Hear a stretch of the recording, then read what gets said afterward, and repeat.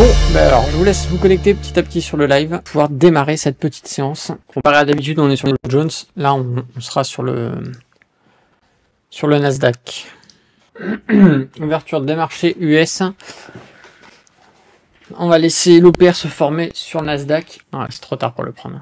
Il fallait que je me décide plus vite tout à l'heure. Là, on a trop baissé et ça nous ferait rentrer sur une position trop basse. Elle revient vers le point d'ouverture. Allez, hop, on rentre. Hop.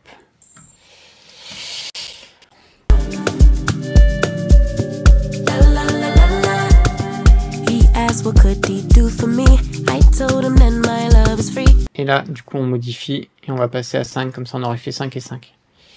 Voilà, donc on fait une première clôture de notre position sur la zone du place SB ici, ok.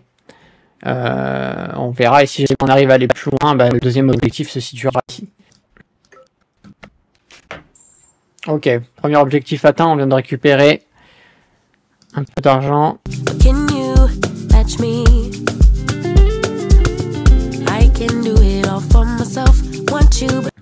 Voilà, et on vient de gagner notre premier trade avec une clôture partielle effectuée sur le place SB.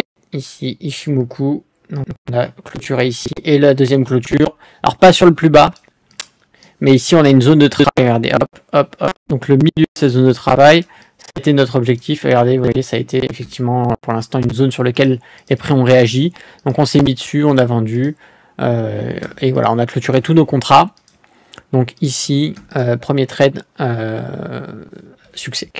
Sommaire du compte, 519 $ de plus-value pour l'instant.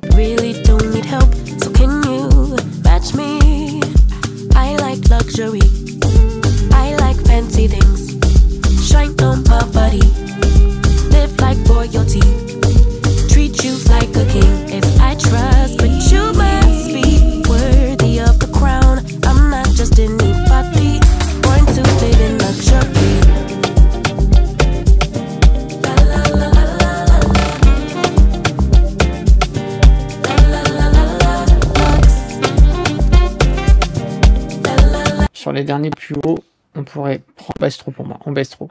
Faudrait qu'on remonte. Je vais mettre un ordre limite, comme ça, au moins, si on y est, ça le fera fonctionner. Mais parce que là, on a trop baissé pour moi, il aurait fallu que je sois plus réactif aussi pour rentrer. On va voir si on pique et qu'on redescend. On rentre en position et tout bénef.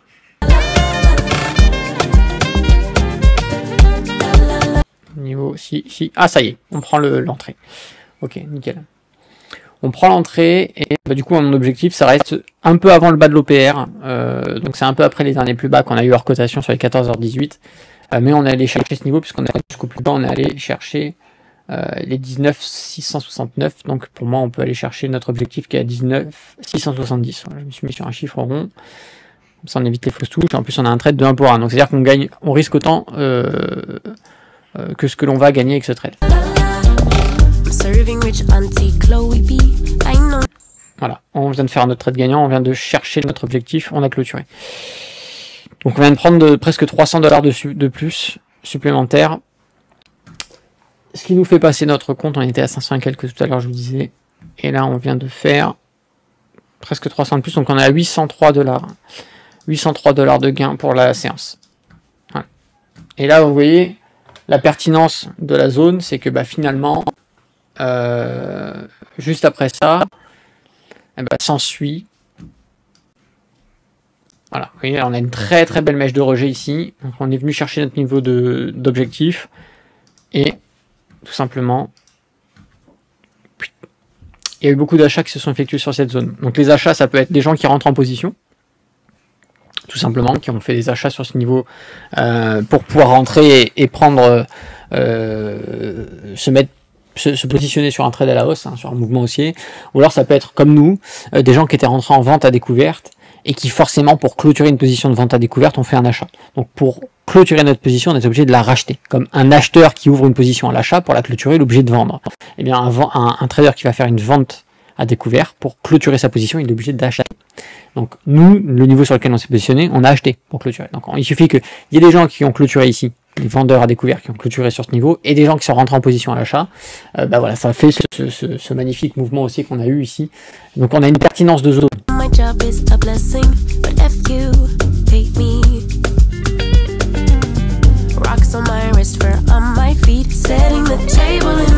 Parce que là, c'est déjà bien parti. Donc on peut se tenter. Voilà. J'ai mis un ordre d'achat, on va voir si on arrive à rentrer. On a été à stade de déclencher, on n'était pas très loin. D'autant plus que le RSI est pas trop dégueulasse, mais il teste la zone de neutralité. Allez, on vient de rentrer en position, ça y est.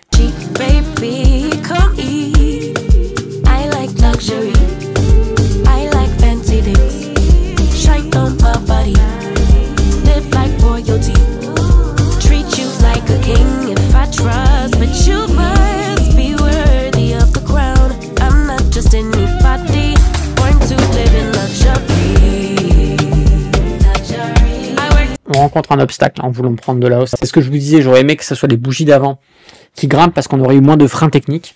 Là, le problème, c'est que le frein technique, il est présent ici.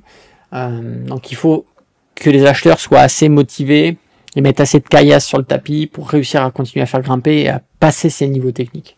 Ces niveaux techniques-là, il faut savoir que les vendeurs vont se mettre dessus pour faire du scalp à la vente, donc c'est-à-dire arriver sur des touches.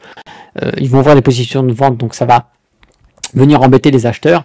Et les acheteurs frileux qui ont acheté ont peut-être décalé leur take profit plus bas et se sont dit, bah, arriver contre le plat SSA SSB ici, sur ce niveau-là, je vends.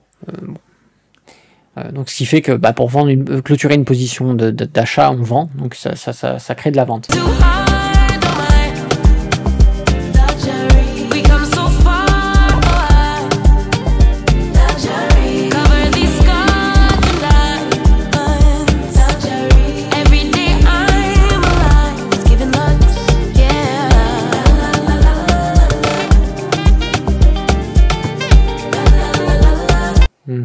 Ok, bon, on va refaire un échec sur cette position.